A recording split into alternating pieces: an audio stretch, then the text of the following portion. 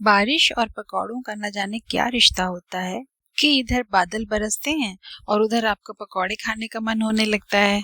अब मन तो मन है, कुछ भी सोच लेता है, लेकिन दिमाग याद दिलाता है कि डीप फ्राई ऑयली थिंग्स से दूर भी रहना है।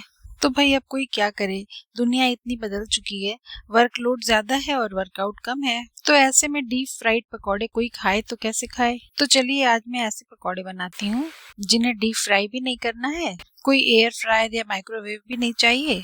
ऐसे ही सिंपली चूल्हे पर कढ़ाई में बनाएंगे और बारिश के मौसम में आराम से जी भर कर खाएंगे। तो आप कच्चे केले ले लीजिए, जितने लोगों को पकौड़े खाने हो उनके सबके हिसाब से एक एक केला ले लीजिए, तो बिल्कुल सही नाप के पकौड़े बनते हैं।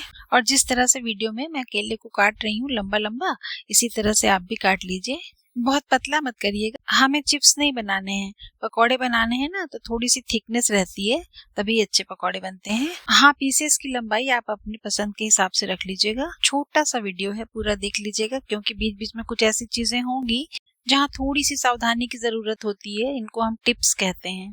तो बस इन्हीं छोटी छोटी टिप्स के साथ बिना स्किप किए हुए पूरा वीडियो देखिए।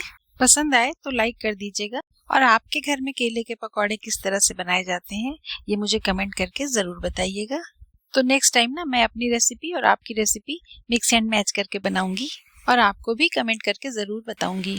देखिए, केले का जो पीस हो उसकी मोटाई इतनी होनी चाहिए, इसमें कुछ सब्सटेंस होगा तभी तो पकौड़े बनेंगे ना।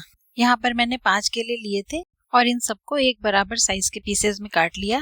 अब चलिए हम इसका बैटर तैयार करते हैं। बैटर के लिए जितने केले थे उतने ही टेबल स्पून आप चावल का आटा लीजिए। इसमें थोड़ा सा स्वादानुसार नमक डालिए, हल्दी डालिए, काली मिर्च का पाउडर डालिए। ये दोनों चीजें टेस्ट तो बढ़ाएंगी, साथ ही बारिश के मौसम में जो जर्म्स बहुत ज्यादा एक्टिव हो जाते हैं उनको भी आपके पास भटकने नहीं देंगी।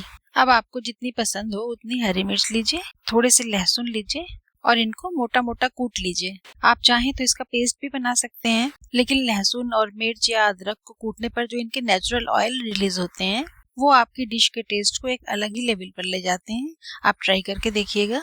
इन सारी चीजों को सूखा सूखा ही अच्छी तरह से मिला लीजिए। अभी यहाँ पर हमको पानी नहीं डालना है। इस पाउडर जैसे मिक्सचर में कटे हुए केले भी डाल दीजिए और धीरे धीरे आराम आराम से मिक्स करते जाइए। केले में जो अपना खुद का पानी है ना, उससे जरूरत भर का चावल का आटा उस पे अच्छी तरह से कोट हो जाएगा। कि धनिया की पत्ती कटी हुई साइड में रखी थी, मैं डालना भूल गई थी, अभी डाल दिया है। ये सारी चीजें धीरे धीरे घुमा घुमा के, उलट के पुलट के, टॉस करके मिक्स कर लीजिए। थोड़ी देर में देखने से आपको पता चल जाएगा कि केले के टुकड़ों पर जितना चावल का आटा चिपकना था उतना चिपक चुका है। अब हम इसमें थोड़ा थोड़ा करके एक एक चम्मच करके पानी डालते जाएंगे और मिक्स करते जाएंगे। अगर आप चावल के आटे का पहले बैटर बना लेते और तब उसमें केले के टुकड़े ऐड करते तो बैटर उस पर बिल्कुल भी नहीं चिपकता, और जब इसको फ्राई करने की बारी आती तो केला अलग बैटर अलग, दोनों अपना अलग अलग रास्ता चुन लेते और आपके लिए ये पकौड़े कम और समझौता ज्यादा हो जाता।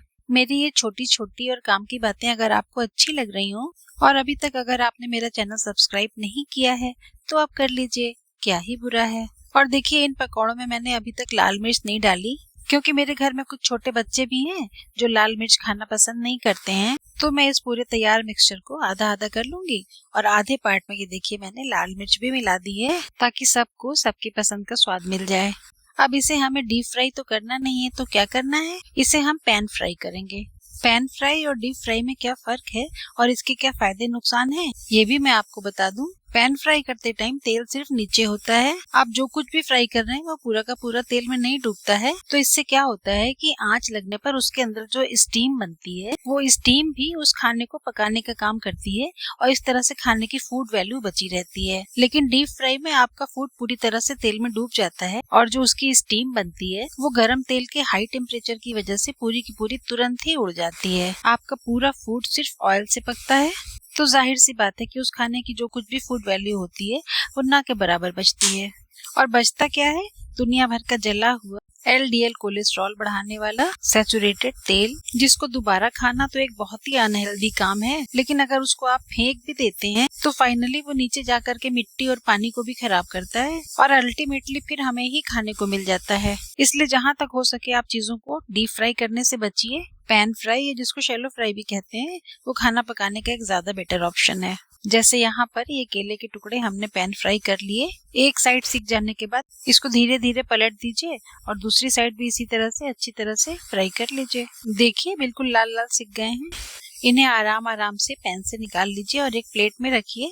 धीमी धीमी आंच पर ये बहुत अच्छी तरह से कुक भी हो गए हैं और सिक भी गए हैं। अच्छा, केले का टेस्ट चूंकि थोड़ा सा फीका सा होता है ना, तो इसके ऊपर मैं अपना थोड़ा सा होममेड चाट मसाला स्प्रिंकल कर रही हूँ। अगर आप कहें तो रेसिपी आपके साथ शेयर कर दूंगी।